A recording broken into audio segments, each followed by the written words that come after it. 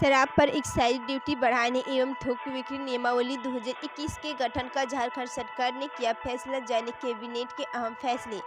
मुख्यमंत्री हेमंत सोरेन की अध्यक्षता में आज झारखंड कैबिनेट की बैठक हुई, जिसमें कई महत्वपूर्ण फैसले लिए गए। कैबिनेट ने झारखंड बिजली वितरण निगम लिमिटेड के ग्रामीण घरेलू उपभोक्ताओं को वन टाइम सेटलमेंट योजना के अंतर्गत राहत प्रदान करने सहित कई महत्वपूर्ण निर्णय लिए। कैबिनेट ने प्रमुख फैसले इस प्रकार है। कैबिनेट ने शराब की खुदरा बिक्री पर एक्साइज ड्यूटी को बढ़ाने का निर्णय लिया है, जबकि स्पेशल एक्साइज ड्यूटी को हटा दिया गया। झारखंड राज्य अंतर्गत अनुसूचित जनजाति, अनुसूचित जाति, अल्पसंख्यक एवं पिछड़ा वर्ग कल्याण विभाग के नियंत्रणाधीन संचालित विभिन्न आवासीय विद्यालयों का संचालन गैर सरकारी संस्थाओं के माध्यम से कराने की अवधि को विस्तार दिया गया है। कैबिनेट ने डोमरा जाति को झारखंड की अनुसूचित जाति की सूची में शामिल करने की अनुशंसा भारत सरकार से करने का फैसला किया। शादी टली तो युवक ने कर ली आत्महत्या। रांची के 25 साल के युवक की इसी महीने होनी थी शादी। पहले 10 दिन फिर 1 साल डेट आगे बढ़ाने से डिप्रेशन में था। रांची के पंडरा थाना क्षेत्र में एक युवक ने आत्महत्या कर ली। मृतक की पहचान 25 वर्षीय पप्पू कुमार गुप्ता के रूप में हुई है। मामला पंडरा के पंचशील नगर इलाके का है। मृतक रेडियम रोड स्थित एक दुकान में काम करता था। सूचना मिलने पर पुलिस शव को कब्जे में लेकर पोस्टमार्टम के लिए रिम्स भेज दी है। लड़के की इसी महीने पाकी के एक गांव में शादी होनी थी, लेकिन लॉकडाउन के कारण शादी की डेट पहले 10 दिन के लिए आगे बढ़ा दिया।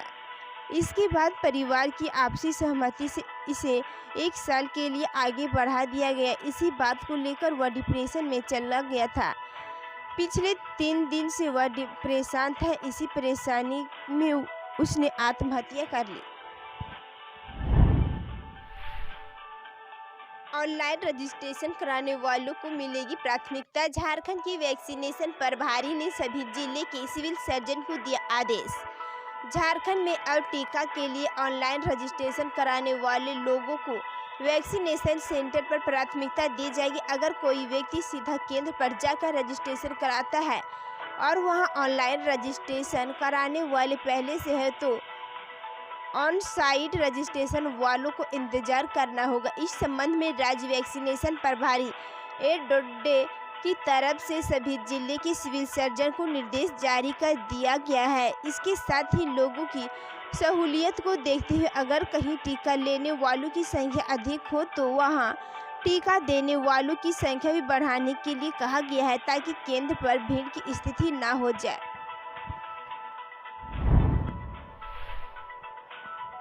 झारखंड में इंटरमीडिएट की परीक्षा रद्द, वायरल खबर का क्या है सच। सीबीएसई ब्राह्मी बोर्ड की परीक्षा रद्द होने के बाद भी झारखंड में मैट्रिक व इंटरमीडिएट की परीक्षा के आयोजन को लेकर निर्णय अभी तक नहीं लिया जा सका। इस बीच फर्जी विज्ञप्ति जारी कर यह अफवाह उड़ा दी गई है कि झारखंड में जैक द्वारा आयोजित की जाने वाली इंटरमीडिएट की परीक्षा रद्द कर दी गई है। हालांकि अभी तक इस पर कोई निर्णय नहीं लिया जा सका। आप इस फर्जी खबर के झांसे में नहीं आए।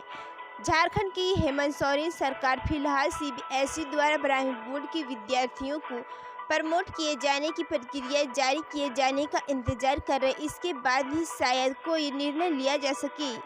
वैसे झारखंड में 15 जून तक मैट्रिक व इंटर की परीक्षा पर अंतिम निर्णय लिए जाने की संभावना है। अब जब सीबीएसई ने परीक्षा रद्द करने की घोषणा कर दी है तो ऐसे में झारखंड में भी परीक्षा नहीं होने के आसार है। गौरतलब है कि सीबीएसई की ब्राह्मी बोर्ड की परीक्षा रद्द होने के बाद झारखंड की ब्राह्मी के विद्यार्थियों को बेचैनी बढ़ गई है। लोगों में असमंजस की स्थिति बनी हुई है। झारखंड एकेडमिक काउंसिल द्वारा अब तक मैट्रिक व इंटर की परीक्षा के आयोजन को लेकर किसी तरह की घोषणा नहीं की गई। आप फर्जी खबरें के झांसे में नहीं है, ये पूरी तरह फर्जी है। जैक द्वारा मैट्रिक व इंटर परीक्षा 2021 को लेकर कोई सूचना नहीं जारी की गई है।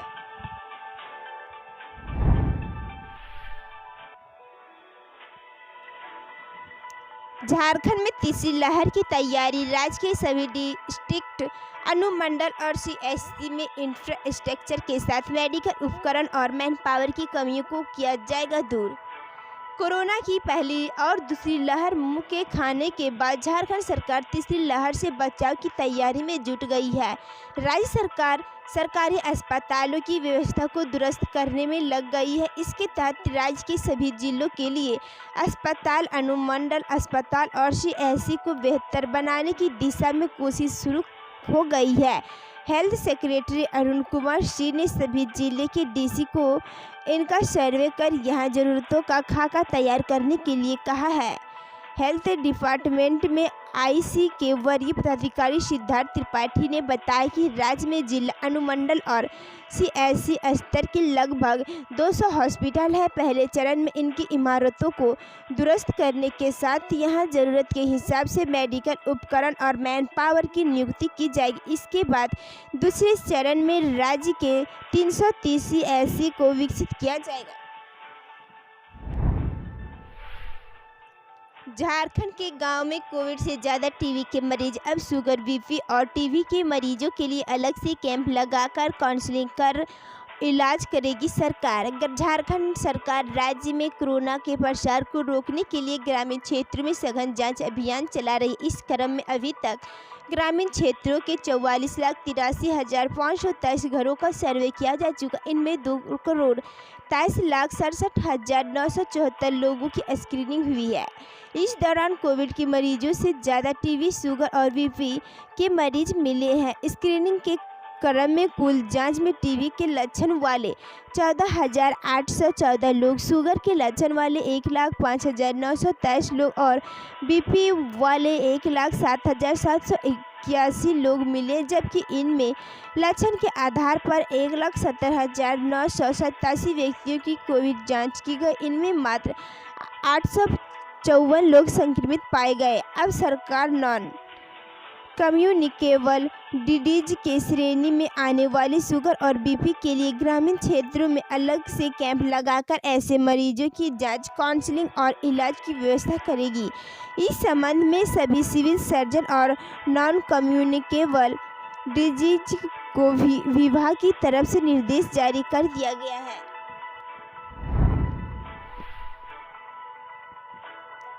IMA झारखंड के बाबा रामदेव को भेजा लीगल नोटिस। कहा, डॉक्टर समुदाय की भावना को ठोस पहुंचाने के लिए बिना शर्म माफ़ी मांगी रामदेव।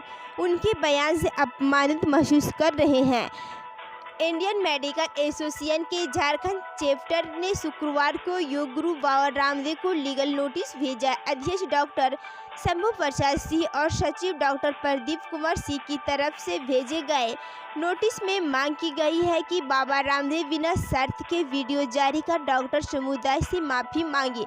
इनमें कहा गया कि बिना तथ्य और लॉजिक के उनकी तरफ से लगातार जारी किए जा रहे बयान से डॉक्टर समुदाय अपमानित महसूस कर रहे हैं। अपनों के ही बीच उनका उपहास उड़ाया जा रहा है। उनके पेशेंट उन्हें संदेह के निगाह से देख रहे हैं। एक ऐसे समय में जब विश्व भर में कोविड आपदा के दौरान डॉक्टर अपनी जान गंवाकर लोगों की सेवा में दिन रात लगे हुए, उन्होंने कहा कि आपके पास एलोपैथी ट्रीटमेंट की छवि को खराब करने का कोई कानूनी अधिकार नहीं है।